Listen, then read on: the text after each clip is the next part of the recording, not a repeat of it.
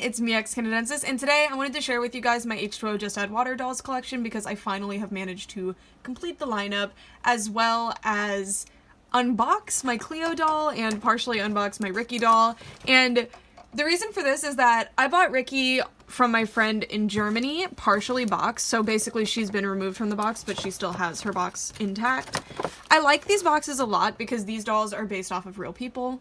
The actress is from H2O Just Add Water, so this box is, you know, Phoebe Tonkin. They do all have the same box, but I really like these boxes. I think they're so sweet and fun, and these dolls are pretty hard to get a hold of in America. I have been wanting them for so many years. I fell in love with H2O Just Add Water when I was in middle school. It's a little bit later than usual, but I didn't really watch, like, children's sitcom type programming when I was a kid, and I discovered this show because of my love for mermaids, and me and my best friend in middle school were absolutely obsessed with this show. She would come over to my house every single afternoon and we would watch several episodes of it until she had to go home, and we just rewatched it so many times, and it means so much to me. So getting a hold of these dolls has been a dream of mine for so long, and I just managed to get all of them this year. Emma I got late last year off of Facebook Marketplace, and as you can see, this poor doll has been through it. Sorry about that, I rocked the camera. So this doll, I'm okay with her being like this because the dolls themselves, just like this, are reasonably easy to find. You'll have some trouble, but they're much easier to find than with their tails. And I have Emma with her tail. It is a little bit messy, but I think I can clean it up. I haven't really tried too hard with it. And I can buy another base doll to rebody her, essentially, because the color mismatch is not going to work for me here. Basically, her plastic has... I believe this is sun damage that causes this, but I'm not 100% sure. Sometimes chemical reactions in the plastic over time will deteriorate one of the colors, and these are two different materials, so that's kind of how that happens. I do really, really love this doll, but man, does she need help. She especially needs a reroot, which I would be totally willing to do, and it would be very fun as well to do that. I have several ideas for her. Like, remember when she gets red hair in the show? That would be such a fun reroot. Anyways, next is Rikki, and I actually, since I got her, I want to be fully transparent with you guys. I spent $60 on her from my friend, which I consider to be a great deal. Rikki is my favorite character. And then Phoebe. Cleo was actually a link sent to me by my friend Serena. She found this on eBay and sent me the link. I only paid $40 for this Cleo doll, brand new, sealed in box, and I've kept her in box all this time. I've actually had her for I think 2 months, but because she's fully in box, I can't ever appreciate the doll, look at her, enjoy her. And I was shopping to find another one out of box, but I could not find one for a low price, and I'm not going to pay $100 so that I don't have to open it all that I already own, so I'm going to be opening her in the same way as I'm opening this one. If you have a problem with that, I really don't care, so keep it to yourself. Anyways, first is Rikki, and again, I have not removed her from the box yet because I intended to wait until I got Cleo in the mail because I got them around the same time. But I just ended up leaving her and not getting her out because I never filmed this video and I had other things going on, so let's get her out. And she is in perfect condition, which is so fun for me. Oh my gosh, look at her. I love the faces on these dolls. Like, they are very stylized, but they still actually do remind you of the character, and they have different features as well, which I don't know, it's just really impressive. And this is, forgot to say, but this doll line was made by Playmates Toys, who don't have a super amount of experience in dolls, especially at the time, so these dolls are really cool to me. I do think it's weird that they gave each girl her own, like, tail color, because that wasn't a thing in the series. They all had the gold color, more of like a mixture of these two colors, to be honest, but it gives these dolls an identity, and they are Playline dolls, so people who aren't familiar with the show could still enjoy these dolls and not be too, like, for example, you might confuse these two on the shelves if they both had the same tail color, so I kind of understand what they were going for. Rikki has really soft hair. Oh, I love it. I'd love to curl it more so she has more of her, like, naturally very curly hair, but this is very nice as well. I believe it's saran, so it's a really soft, nice hair fiber. She has a scale bikini on in orange. And I really like this, honestly. Like, it's really well molded and nice. It does make it annoying, though, that when you need to rebody the doll, you can't because the scale bikini will be missing. But it is super cute and fun, and it makes these fantastic bath toys, which I assume was the intention for them. I do think it's interesting though, because this show was definitely more of like a teen audience, but these are clearly like a younger demographic doll. I assume a younger demographic would have watched the show as well though. I started watching it when I was like 12. So that's a little bit on the older side for dolls, but I am currently 22 years old and I love dolls. Alright, oh, I should have really showed you her box. Each of them has their own details on the box, but it is the same exact design overall. So it says H2O Just Add Water. It's got, this is a different element in each box. It says their name, changes into a mermaid, and has a picture of the doll. And as you can see, the hair is much curlier here. It's possible that because my doll is used, it's not curly anymore, but I never really see them with curls like this, so I assume that they just didn't do it. And then there's a picture of Rikki, that iconic one where they're all three together, but they've clipped Rikki right out so that she could be her own picture, and it says No Ordinary Girls, Rikki. So the like doll line name is like H2O Just Add Water, No Ordinary Girls, so that's like how you search for it. And then the back of the box just has pictures from the show. This is like very early episodes for sure, all the pictures. Look for a whole line of H2O dolls and accessories coming soon, Nickelodeon. It's interesting that it has nick.com because this one I bought from Germany. Ugh, what is that? I wonder what currency this is. That's very interesting. Oh, and it's got this tag as well. I really don't know what language that is. Interesting. Is it Czech? Because it says .cz. Really cool. I did not know that. So this must be the Czech release one, or I guess a US release distributed to Czech Republic? I don't know. Very cool though. And then this is her tails. So it's basically this rubbery thing. These are super interesting to me because these are the closest that a doll line, other than the, oh gosh, I forgot what they're called. I think Mermaid Fantasy Barbies that have those silicone feeling tails. This is, I do professional mermaid stuff. I have a bunch of professional tails.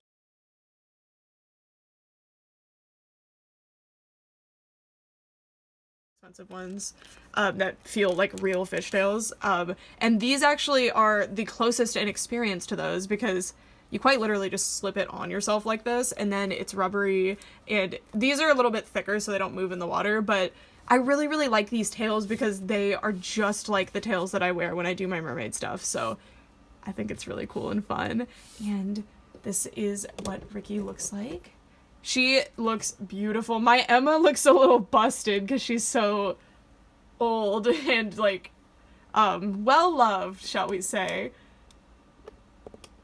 But they still look so good. And I really love the colors they picked for each character. They fit them very well. There are a couple more lines of these dolls that exist. There's, the Full Moon Fashions line is my favorite one. There's a special playset Cleo, but other than this release, the others are super, super hard to find. These don't appear to be very rare. They're just hard to find, especially in America. They're super common overseas, though. But the Full Moon Fashions dolls are nearly impossible to find in America. I'm actually going to, instead of doing this where I pull the blister, I'm going to cut here. I just feel like that's easier to, like, repackage when I want to. And I'm not repackaging for the purposes of selling in the future. It's just if I decide that I want to display them in box, especially if I find an Emma doll in box, I would want to do that at some point, maybe. Sorry about that. I wanted to bring her closer to my body so I had more control of the scissors, but I keep the boxes, and then if I choose to display them in the box again, which I have never done before, but there could be a first time for that, I'll keep it for that, and then if I don't want to keep it, and I just don't really have a desire to keep it, I will sell it to someone else or find somebody else who needs it. For these girls, I think I might actually want to display them like this just because I happen to have 2 out of the 3 in box, and both of my boxes are in good condition, and I'd love to find another Emma in the box to possibly just keep fully sealed in the box, but it really just depends. I tend to prefer my dolls out of box, and when I spend my money on things, I want to enjoy them. I don't think that's a strange experience. Alrighty, so now Cleo is going to be freed from her box. These are actually packaged super loosely, so they're super easy to repackage. Oh, her hair is actually in a ribbon. Or I never know what to call these. It's like sewn to a little plastic ribbon. Sorry, these scissors are super thick for this. She just has one piece of plastic around, oh, and then you have to cut this. She had one piece of plastic around her waist, and that was it, which is very interesting because normally, at least modern dolls, like Rainbow High is a great example here, are super in their packaging. They are so, oh, and then she has one tab right here that you just have to pull, and then she is free, and her box is in nearly perfect shape. So that's really nice, but I still get to enjoy my Cleo dolls, so I've won. Oh, I'm so excited about her. Hold on just a moment. I'm going to be cutting this out of her hair. Cleo is free from the hair prison. That one was actually exceptionally difficult to get off, if I'm being honest with you. And she has gorgeous, soft, shiny hair. There is this strange white powder throughout it that is like really scratchy, and it's just bizarre. I've never felt one like that before. I believe it's degrading gel that they must have put in the hair at some point. Well, when she was packaged. That's a big reason that I like to unbox dolls, even when they're vintage, is that a lot of times things like the hair gel or something from the packaging, like the manufacturer, or something that has managed to get into the box from where it was stored, can damage the doll, and I'd rather have the doll out and being enjoyed if, rather than destroy herself in the box. There are exceptions. I do like to keep dolls in box sometimes, but mostly I just prefer to enjoy my dolls, and I'm really, really happy with this decision to unbox her. She is beautiful. I think her face, it's not the most accurate to the actress. I think the one that ended up the most accurate was Rikki's face, but I think I think Cleo's face is super, super pretty here. I think poor Emma just needs her forehead, like, brought down. I'm gonna be rerouting her, and I'm gonna bring her hairline down further to be more accurate to poor Emma, because I don't understand why they gave her such a large forehead. They all look so beautiful. I especially like that they gave them each a different skin tone. A lot of companies, when they do movie or TV show tie-in dolls, will be like, they're all white, give them the same skin tone and just call it a day if they're remotely within a certain, like, spectrum. And I really, really appreciate that they went out of their way to give them more accurate skin tones. Even these two, who in the show have pretty similar skin tones, but Rikki is subtly tanner, and they actually reflected that in the doll form. That is really, really respectful to the actresses, as well as just being much better practice. So I think that is really cool of Playmates to do that, especially because at the time, that doesn't really seem like it was as much of a thing. I really love Cleo. I really love her specifically because she has the show accurate colors with her outfit. I just think that's much more fun. I do one of these days want to get extras of each of the girls and paint them to match Cleo to all have this, but for now I like them in the form that they came in, and I'd love to get perfect ones to be my set like this, and then possibly completely redo my Emma to be gold as well. I'm not really sure. I've had big plans for these dolls because, again, I've been wanting them for almost 10 years now, which is crazy to say. My 10-year collecting anniversary is next year. Doll collecting anniversary. Oh, I forgot to tell you guys that they have click-jointed knees, and they're super strong click joints, even on my used doll, who is clearly very well-loved, which is really nice. I really appreciate that, because a lot of dolls, especially Barbies, will have popped or completely weakened click joints, and these work super, super well. They have flat feet, which I think was a bold choice considering they wear these mermaid tails, but they have shaped the tail in such a way that it still looks like a mermaid tail, and it disguises the ankles really nicely. She's so pretty. She's so pretty. Look at her. I really love this doll. And then the tail, again, just like a real mermaid tail, you just pop it right onto the doll, and there we are. I really love how the golden tail looks, so I hope that I can get a hold of extras of these dolls, possibly damaged ones.